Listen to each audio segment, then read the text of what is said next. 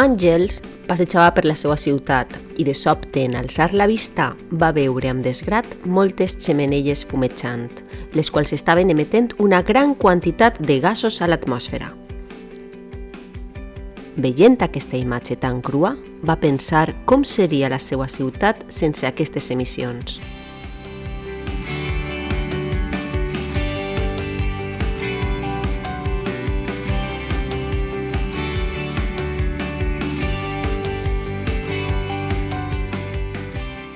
Estem en un moment de globalització, en el qual els problemes ambientals, socials i econòmics ens afecten a totes les persones, tant de manera directa com indirecta.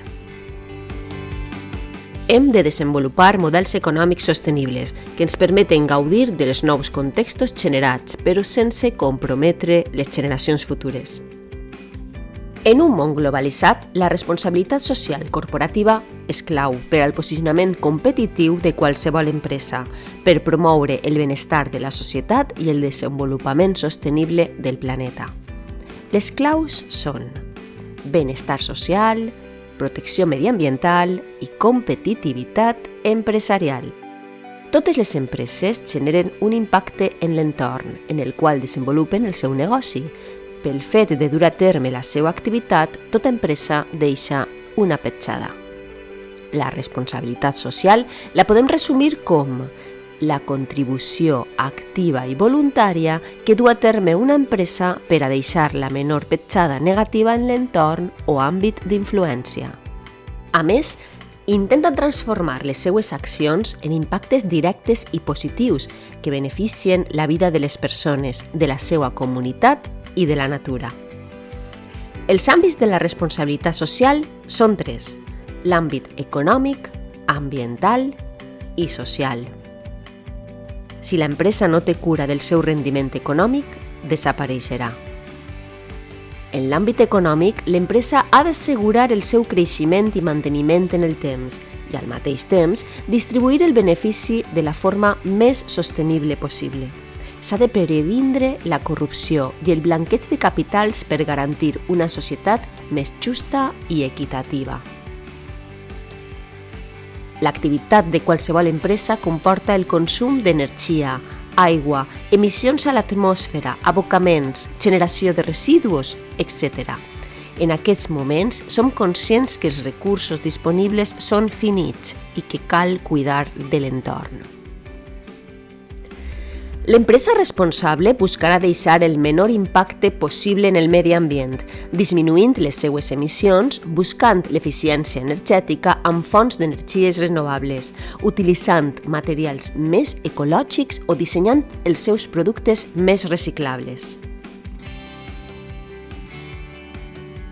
En el centre de l'impacte social estan les persones. Les empreses creen ocupació, activen l'economia i generen riquesa, però el que hem de tindre en compte és quin tipus d'ocupació es crea, quin ambient laboral hi ha dins de la nostra empresa. Podem col·laborar per millorar l'entorn social que envolta la nostra empresa? O com es reparteix la riquesa generada? Una empresa que tinga cura de l'àmbit social ha de revisar les relacions laborals que té amb les persones empleades, comprovar que els salaris són justos, establir mecanismes per afavorir la igualtat i la conciliació laboral, assegurar-se que es protegeixen els drets de les persones dins de l'empresa o disposar d'un codi de conducta que incloga un protocol d'assetjament. En definitiva, ha de procurar millorar el benestar del recurs principal d'una empresa, les persones. La integració de la responsabilitat social corporativa en l'empresa permet definir una visió estratègica de futur, establint objectius, millorant els processos, buscant l'eficiència energètica i de matèries primeres i aconseguint una major implicació, compromís i motivació de les persones que formen part del projecte. Les empreses que estan integrant la responsabilitat social en la seva estratègia estan apostant per buscar la manera de deixar la menor petjada possible i estan buscant accions que milloren els àmbits esmentats, la qual cosa a més, aporta sempre un avantatge competitiu en l'àmbit de posicionament i reputació, generant confiança en els seus grups d'interès i facilitant l'accés a fonts de finançament.